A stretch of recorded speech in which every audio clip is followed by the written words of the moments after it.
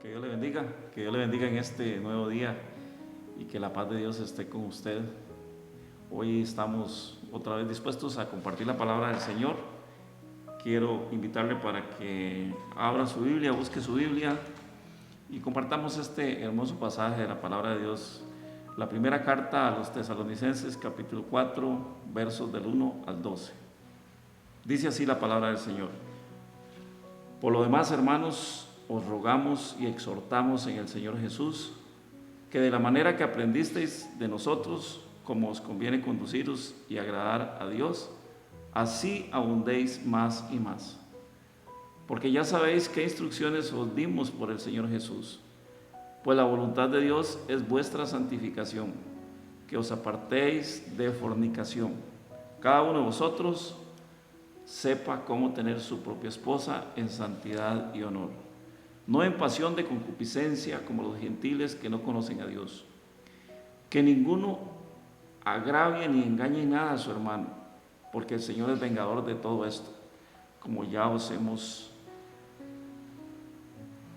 dicho y testificado. Pues no nos ha llamado Dios a inmundicia, sino a santificación. Así que el que desecha esto, no desecha a hombre, sino desecha a Dios, que también nos dio su Espíritu Santo. Pero acerca del amor fraternal no tenéis necesidad que os escriba, porque vosotros mismos habéis aprendido de Dios que os améis unos a otros. Y también lo hacéis así con los hermanos que están por toda Macedonia. Pero rogamos, hermanos, que abundéis en ello más y más, y que procuréis tener tranquilidad y ocuparos en vuestros negocios y trabajar con vuestras manos de la manera que os he mandado, a fin de que os conduzcáis honradamente para con los de afuera y no tengáis necesidad de nada. Amén. Esta semana hablábamos acerca del amor de Cristo en cada uno de nosotros, cómo el amor de Cristo se manifiesta, vive cada día, es una experiencia nueva en cada uno de nosotros, los hijos de Dios. ¿Cómo es que Dios nos ha permitido reconocer a Jesús como nuestro Señor y Salvador? Lo cual ha ocurrido únicamente por gracia y misericordia. Sabemos que ninguno de nosotros es o era o será merecedor de nada por nosotros mismos, por nuestra propia cuenta. Pero a través de Jesucristo, a través de la salvación que recibimos de Jesucristo, nosotros recibimos el perdón y Dios nos hace aceptos delante de su misma presencia. El surgimiento de nuestra vida en Cristo requiere que nosotros cada día seamos más y más fructíferos en el amor, y ese es precisamente el fundamento sobre el cual descansa la palabra de Dios, es el amor. Porque de tal manera amó Dios al mundo que envió a su Hijo unigénito para que todo aquel que en Él crea no se pierda, mas tenga vida eterna.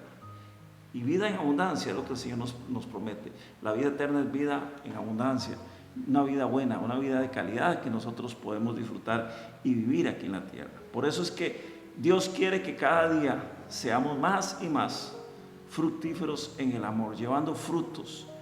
La palabra del Señor nos enseña acerca de el fruto del Espíritu. Dice más el fruto del Espíritu, Gálatas 5, 22, 23, más el fruto del Espíritu es amor, gozo, paz, paciencia, benignidad, mansedumbre, templanza. Y dice la palabra de Dios, contra estas cosas no existe ley. O sea, no hay nada impuesto, no hay nada que nos lo puedan a nosotros mandar para que lo cumplamos, porque el amor de Dios no es un mandamiento precisamente de amor. Tiene un doble sentido, una doble vía, amor en ambos sentidos. Amor de Dios hacia nosotros y de nosotros hacia Dios para cumplir con su mandato, que nos amemos unos a otros. Por eso es que tenemos que fructificar en el amor.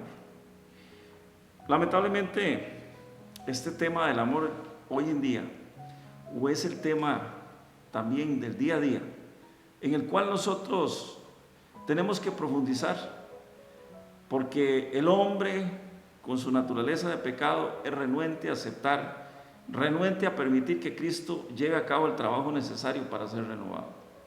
A nosotros como raza humana Nos tocó vivir un tiempo muy complicado, ya lo he dicho, un tiempo bonito, un tiempo a veces difícil, a veces incómodo, porque estamos en una de esas etapas, en uno de esos ciclos de la vida en el cual el mundo, todo lo que está a nuestro alrededor, todo lo que nos rodea, nos trata de atrapar y de empujar para que desechemos todo conocimiento acerca de Dios y nos olvidemos del amor como pilar fundamental de la estructura en la cual nosotros pertenecemos, esa estructura llamada cristianismo. Es increíble, o tal vez no increíble, porque hemos visto cómo la gente hace sus interpretaciones acerca del amor de Dios y dicen, Dios permite, o Dios no se mete, o a Dios no le importa. Y mucho cuidado, porque Dios nos permite, Dios nos da a nosotros libre albedrío, pero el pecado en la palabra de Dios sigue siendo el pecado.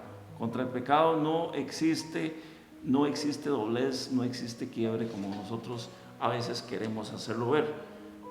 Dios sí se mete cuando nosotros torcemos la palabra, cuando nosotros negamos el conocimiento de la palabra de Dios. Así que no podemos estar hablando de Dios sin conocer a Dios. No podemos hablar de Dios sin aceptar el cumplimiento de su palabra.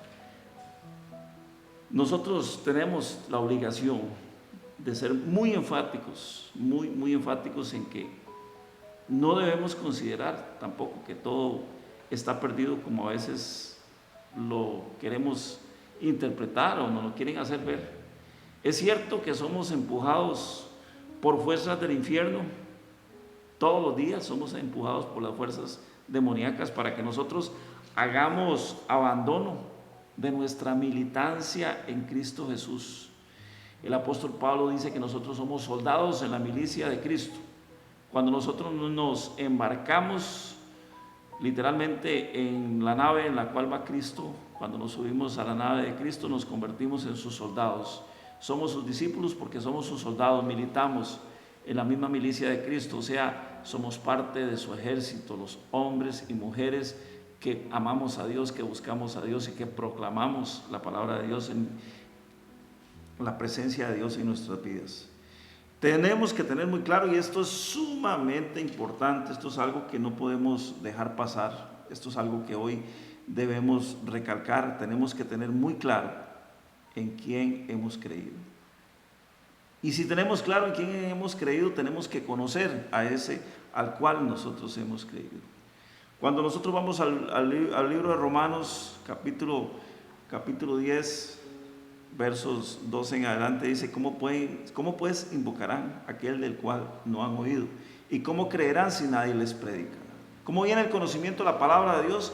Viene precisamente a través del oír y a través de la fe que nosotros ponemos a la hora de creer en la palabra del Señor. Así que tenemos que entender que no podemos hacer abandono de nuestra militancia en Cristo, pero sí debemos tener muy claro en quién hemos creído y recordar que Jesús prometió estar con nosotros todos los días de nuestra vida. Así que si nosotros permanecemos en Él, si nosotros caminamos en Él, si nosotros andamos en Él, vamos a tener su presencia todos los días de nuestra vida. Nuestro conocimiento tiene que ir creciendo cada día y nuestro escogimiento está en que tenemos que seguir agradando al Señor día con día. Por esa razón es que el apóstol Pablo nos dice en el verso 1 del pasaje que leímos: os rogamos y exhortamos en el Señor Jesús que de la manera que aprendisteis de nosotros, como os conviene conduciros y agradar a Dios, así abundéis más y más. Debemos ser abundantes, y esto es algo que tenemos que recalcar, tenemos que reseñar ahí. Debemos ser abundantes en nuestro esfuerzo por agradar a Dios, y esto nos conduce irremediablemente, dichosamente, a seguir el ejemplo de Jesús cada día. Jesús vino para mostrarnos cómo podíamos llegar a ser obedientes, cómo podíamos obtener esa obediencia al Padre.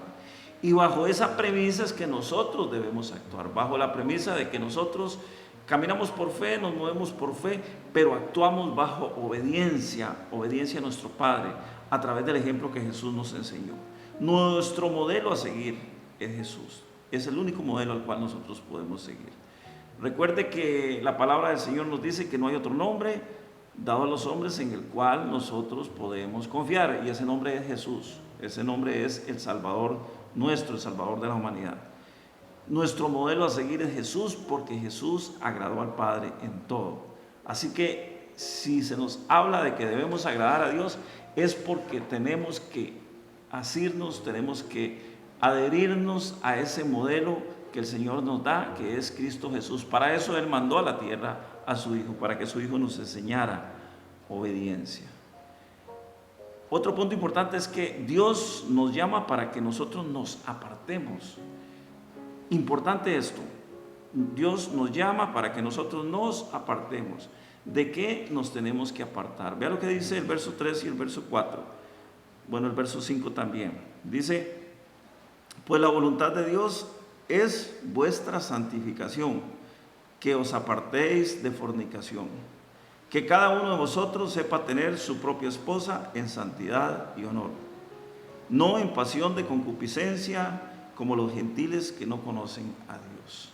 Tenemos que apartarnos ¿de qué? De las estructuras, de las formas que el mundo nos ofrece.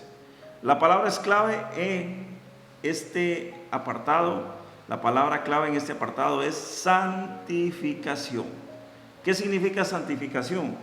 Santificación significa que debemos apartarnos de toda nuestra forma de vivir sin Dios para poder llegar a convertirnos en auténticos cristianos. Y esto es muy importante, que tenemos que rescatarlo. No somos cristianos nada más porque se nos ocurrió, no somos cristianos nada más porque con la boca dijimos que éramos cristianos. Tenemos que tener una vida digna de un cristiano. Para convertirnos en auténticos cristianos debemos tener una vida digna de cristianos. Ser, actuar, vivir como verdaderos cristianos. No basta con decir yo soy, sino que tengo que serlo también. Todos sabemos que la doctrina de Cristo rompe con las reglas del mundo. El mundo nos empuja hacia estructuras de pensamiento, hacia filosofías que, como lo vimos en otras sesiones, las filosofías hacia donde nos llevan es hacia la inmundicia, hacia la pérdida de valores, hacia la pérdida de nuestra identidad en el Señor. Todos sabemos que la doctrina de Cristo es diferente, viene a romper las reglas del mundo. Cuando Dios nos pide santificación, dice que nos santifiquemos dejando atrás fornicación. Aquí Dios no nos está diciendo que los humanos fuimos creados para vivir en promiscuidad, todo lo contrario. Santificarse y apartarse de fornicación es apartarse de promiscuidad. El sexo como tal y como lo encontramos en la palabra de Dios, fue creado para que el hombre y la mujer lo disfruten en pareja, lo disfruten en su matrimonio. El ejemplo hermoso, bueno, hay varios ejemplos en la Biblia, pero el más hermoso de todos, el más poético, Cantar de los Cantares, el famoso libro escrito por el rey Salomón, uno de los textos bíblicos más hermosos, poético, dice en el capítulo 4, versos 10 y 11, el hombre le escribe a la mujer un hermoso poema. El Cantar de los Cantares es un hermoso poema de amor erótico. Dice el verso 10 del capítulo 4, cuán hermosos son tus amores, hermana, esposa mía, cuánto mejores que el vino tus amores, y el olor de tus ungüentos que todas las especies aromáticas. Como panal de miel destilan tus labios, oh esposa. Miel y leche hay debajo de tu lengua, y el olor de tus vestidos como el olor del Líbano. ¿Qué podemos agregar a esto? Nada, absolutamente nada. Aquí estamos encontrando un poema de amor en donde estamos hablando del esposo disfrutando de la esposa y recíprocamente también la esposa disfrutando del esposo. Este es un poema de amor erótico, hermoso, porque Dios dejó al varón y a la mujer para que tuvieran esa comunión íntima, para que pudieran deleitarse, pero no en promiscuidad, no en concupiscencia, como dice la palabra, no en fornicación, sino en una relación en una relación establecida legalmente de acuerdo a los parámetros que Dios ha dejado. No existe tabú para el amor alejado de la promiscuidad. El mundo nos enseña que el sexo se puede tener sin restricción. Eso es lo que nos está enseñando el mundo. Por eso le digo, el cristianismo rompe todos los esquemas que nosotros conocemos. Pero el mundo nos dice que el sexo se puede tener sin restricción.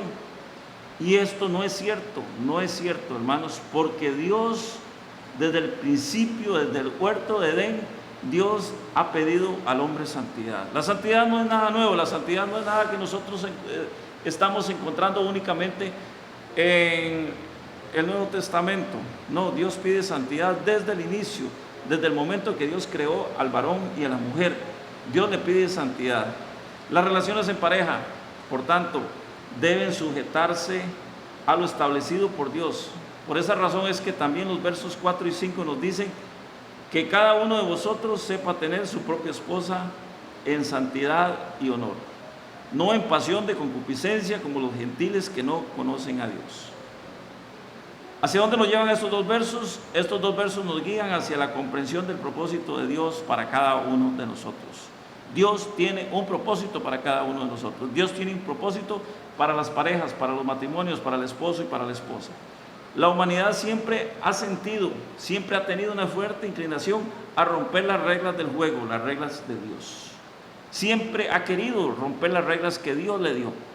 Pero Dios plantó, dice la palabra, Dios plantó en Edén un huerto y puso al hombre y a la mujer para que se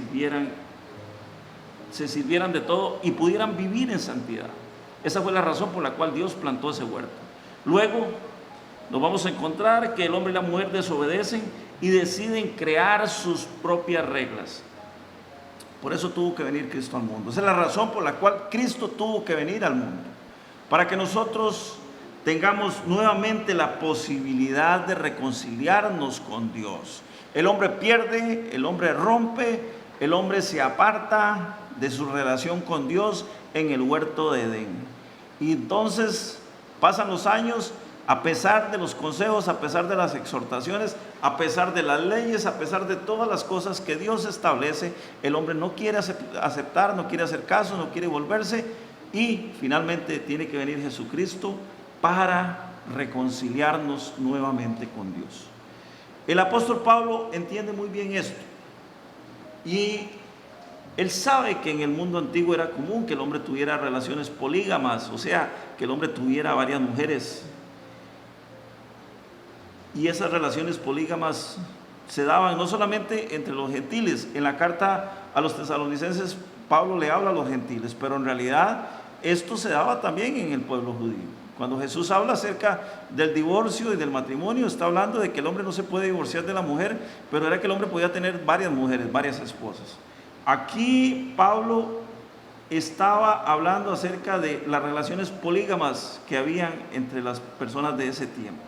Y esas relaciones solamente estaban reguladas por su capacidad o por su poderío económico. Un hombre podría ser polígamo siempre y cuando pudiera mantener las esposas que pudiera mantener, o sea, de acuerdo a su capacidad económica. Entonces, en cuanto más dinero un hombre tuviera, más mujeres podía tener un harén. Pero estamos en el siglo XX. Estamos en una regulación que Dios establece para nosotros, y Dios nos vuelve a recordar aquellas reglas originales que había puesto en el huerto de Edén. Dios nos recuerda las reglas originales de ese huerto de Edén. Dice que cada uno sepa tener su propia esposa en santidad y en honor. Y luego agrega, no en pasión de concupiscencia, como los gentiles que no conocen a Dios. ¿Qué somos nosotros? Nosotros somos gentiles. Por ahí la gente se engaña y dice, es que nosotros somos pueblo de Dios, no somos gentiles. Somos gentiles. Nosotros no somos el pueblo escogido por Dios. Nosotros somos la iglesia del Señor. Como iglesia del Señor entramos todos aquellos que no éramos del pueblo de Dios, que no éramos judíos, hebreos, o como se les llame, o como se les quiera llamar, en realidad hebreos. No todos nosotros somos hebreos. Algunos tal vez tengamos ahí algún gen, algo de sangre hebrea. Por ejemplo, en el caso de nuestro país, en Costa Rica, hay mucha descendencia hebrea, mucha gente que emigró en aquel tiempo huyendo a la persecución, pero eso no nos hace a nosotros hebreos, somos gentiles también. Somos gentiles, y como gentiles que somos, nosotros tenemos que acatar las reglas. Dice que cada uno sepa tener su propia esposa en santidad y honor. Somos gentiles, y la única diferencia de nosotros con el pueblo gentil a la hora que lo habla la palabra es que ya nosotros deberíamos de conocer las reglas de Dios.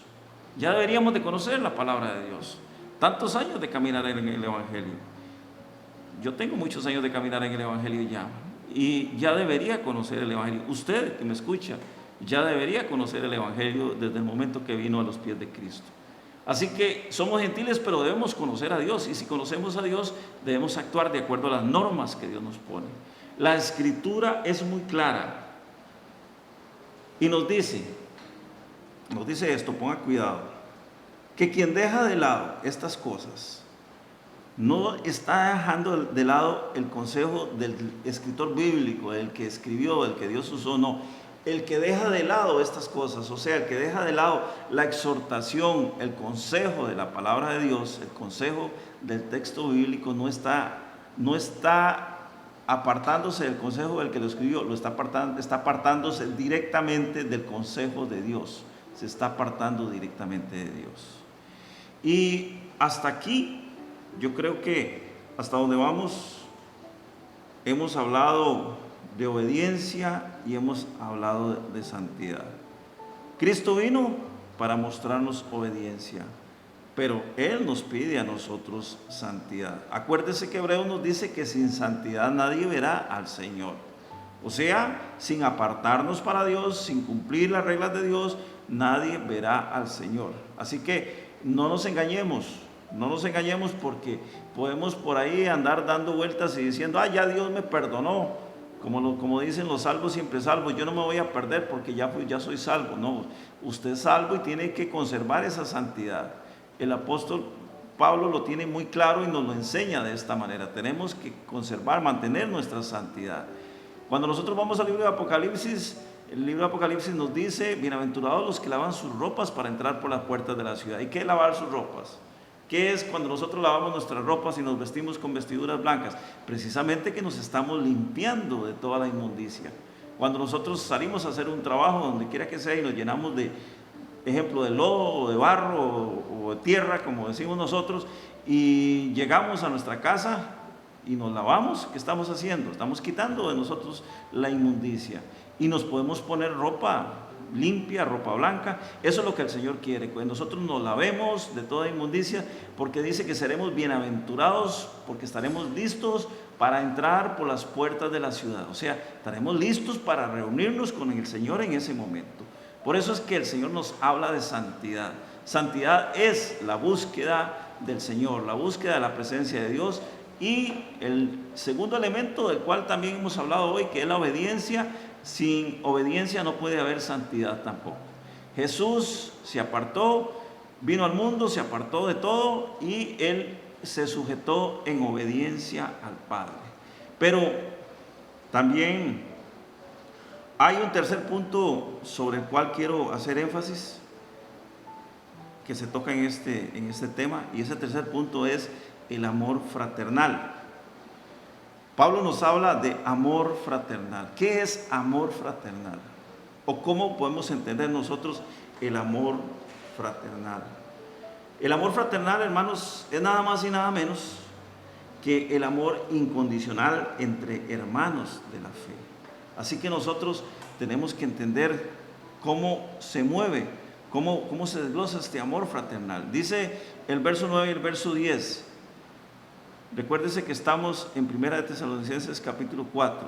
Dice, pero acerca del amor fraternal no tenéis necesidad de que os escriba, porque vosotros mismos habéis aprendido de Dios que os améis unos a otros.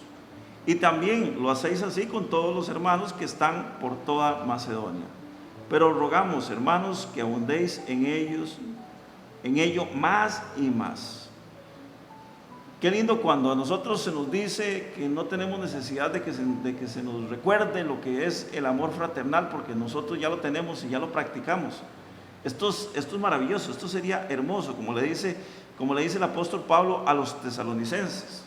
Dice que ya no tengo necesidad de recordarles porque ustedes lo saben, ustedes saben lo que Cristo hizo, lo que Cristo dijo, que nos amáramos unos a otros, que había un primer mandamiento y un segundo mandamiento derivado de ese primero, y precisamente es el que nos amemos unos a otros. Estos versos son muy enfáticos acerca de lo importante que es que los cristianos entendamos que debemos velar por las necesidades, unos por las necesidades de los otros, o sea, unos por otros. Es importante que nosotros entendamos esto. Y en esta carta a los tesalonicenses, el apóstol Pablo habla acerca de los ciudadanos macedonios o de los ciudadanos del país de Macedonia. Es importante cuando nosotros estudiamos la historia del Evangelio. Macedonia fue la primera región de Europa que visitó Pablo, el apóstol Pablo, en su segundo viaje misionero, segundo viaje misional. Fue la primera región de Europa. Y entonces ahí nos encontramos que los cristianos macedonios, los que se convirtieron, era gente muy pobre, era gente de escasos recursos. Pero a pesar de que eran gente pobre, de escasos recursos, de muy escasos recursos, eran gente muy, muy generosa. Contribuyeron por encima de sus posibilidades en favor de los hermanos necesitados de Judea. Estas referencias nosotros las encontramos en las otras cartas de Pablo, por eso es que nosotros debemos conocer un poquito también de la historia bíblica para poder entender qué es lo que se nos dice cuando se nos menciona algún pueblo, alguna región o alguna situación particular. Ellos contribuían por encima de sus posibilidades en favor de los hermanos necesitados de Judea.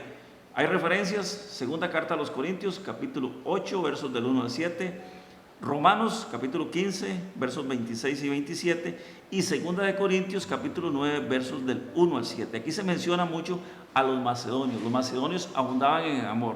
Repito, eran gente de escasos recursos, lo que nosotros podemos decir hoy pobres, pero no se medían a la hora de hacer sus ofrendas, hacer sus donaciones, a la hora de hacer llegar dinero para los más necesitados.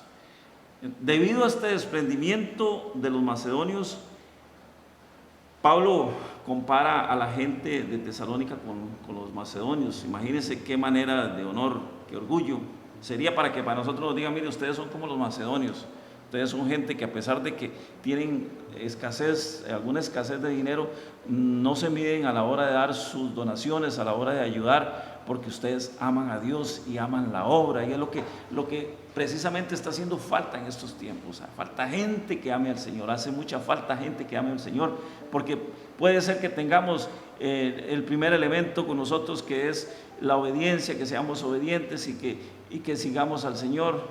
Puede ser que nosotros tratemos de seguir al Señor y buscar la santidad, pero en cuanto a nuestro desprendimiento a los hermanos, de pronto nos damos cuenta que somos codo, que no queremos aflojar nada, no queremos ayudar a nadie. Pensamos en nosotros, primero nosotros y por último nosotros. Pero Pablo compara a los de Tesalónica con los macedonios y habla de que ellos son cristianos firmes, cristianos con mucho fervor, con mucho desprendimiento para los demás. Yo me pregunto, ¿cómo está nuestra relación con el prójimo en este día? ¿Hay desprendimiento de parte de nosotros? ¿Pensamos en las necesidades de los hermanos? ¿O simple y sencillamente pensamos cada día más y más en nosotros mismos? Hoy he puesto como título a este mensaje: la nueva vida en Cristo. Y es por eso, porque Dios me ha mostrado la importancia, Dios me ha mostrado esta semana la importancia de que nosotros retomemos estos temas. Hay necesidad de que nosotros retomemos estos temas que se han ido quedando poco a poco en el olvido, temas que nosotros por desuso o por falta de amor, por falta de fe, por falta de conocimiento muchas veces de la palabra de Dios, estamos dejando de lado, estamos dejando botados. Dios está llamándonos. Urge que cada uno de nosotros se encienda nuevamente en la fe. No queremos, o Dios no quiere que cuando Cristo regrese se encuentre a una iglesia tibia, a una iglesia que no quiere nada con Él o que se ha apartado. Recordemos que les dije, nos ha tocado que vivir un tiempo muy difícil, un tiempo muy duro, pero también es un tiempo maravilloso, porque siento que a este tiempo, este es el tiempo del termómetro, el tiempo en el cual a la iglesia se le está tomando la temperatura, como nos sucede a la mayoría de nosotros cuando entramos a un local comercial. Si estamos con temperatura por arriba de los 38 grados, temperatura corporal, no nos dejan pasar. Pero si en este momento le tomamos a la iglesia la temperatura de cristiano, ojalá estuviéramos en 38 grados nosotros cada uno de cristianismo y estuviéramos ardiendo en nuestra fe, en nuestro amor, en nuestro fervor, en nuestro conocimiento. Pero yo sé que no es así. Por eso es que el Señor nos está urgiendo para que nosotros nos volvamos a Él y le busquemos, para que nuestra temperatura de cristianos se levante, para que cuando el Señor venga y nos ponga el sensor de temperatura, el famoso termómetro digital, como le llaman en algunos casos, o el escáner digital, nosotros estemos ardiendo, pero en nuestra fe, ardiendo en nuestro fervor, ardiendo en nuestra confianza en Dios. El Señor nos llama a 3 puntos importantes y este es el mensaje de esta semana, y con esto yo quiero ya ir aterrizando, ir terminando. El Señor nos llama a que nosotros nos volvamos a Él. Número 1, santidad. Necesitamos santidad, o sea, necesitamos volvernos al Señor, dedicarnos al Señor, creerle al Señor y vivir para el Señor todos los días de nuestra vida. Santidad, santidad, apartarse, santidad, alejarse, santidad, romper con los esquemas del mundo. No somos del mundo, entendamos esto, no somos del mundo, aunque estamos metidos en el mundo, no pertenecemos al mundo, no tenemos que actuar como la gente del mundo. Número 2, obediencia. En obediencia, Cristo se sujetó. Y a pesar de que lo que tenía que pasar era algo que Él no lo merecía, porque Él pagó por un crimen que no había cometido, por un pecado que Él no había cometido, Cristo se sujetó en obediencia y vino a enseñarnos a nosotros la obediencia. Y eso es lo que nosotros tenemos que aprender y de lo cual tenemos que asirnos, tenemos que agarrarnos, tenemos que sostenernos en el día de hoy. Obediencia, muy importante la obediencia, porque sin obediencia nosotros no podemos tampoco llegar a la santidad. Porque a través de la obediencia obedecemos la palabra de Dios y nos sometemos en santidad a Dios. Y número 3, el último punto, amor fraternal. ¿Cómo está nuestro amor fraternal? ¿Estamos viviendo para nosotros mismos? ¿O estamos pensando, recordando cada día que hay personas a nuestro alrededor que tienen necesidades? Qué hermoso sería que Dios nos comparara con los ciudadanos de Macedonia, que a pesar de tener escasez, a pesar de tener pobreza, ardían en deseo de poder ayudar a su prójimo. Este es el cierre de lo que en esta semana el Señor ha estado tratando conmigo, y yo quiero compartirlo, lo he compartido con usted porque quiero que usted reflexione sobre ese tema. Que Dios le bendiga, que la palabra de Dios Todopoderoso more en abundancia en sus corazones, que el Señor nos encuentre a nosotros preparados, irreprensibles, listos para responder al llamado, para que en el momento en que suene la trompeta, porque sonará la trompeta, todos podamos partir con el Señor, tal y como el Señor lo ha dispuesto. Muchas bendiciones y nos vemos la próxima semana.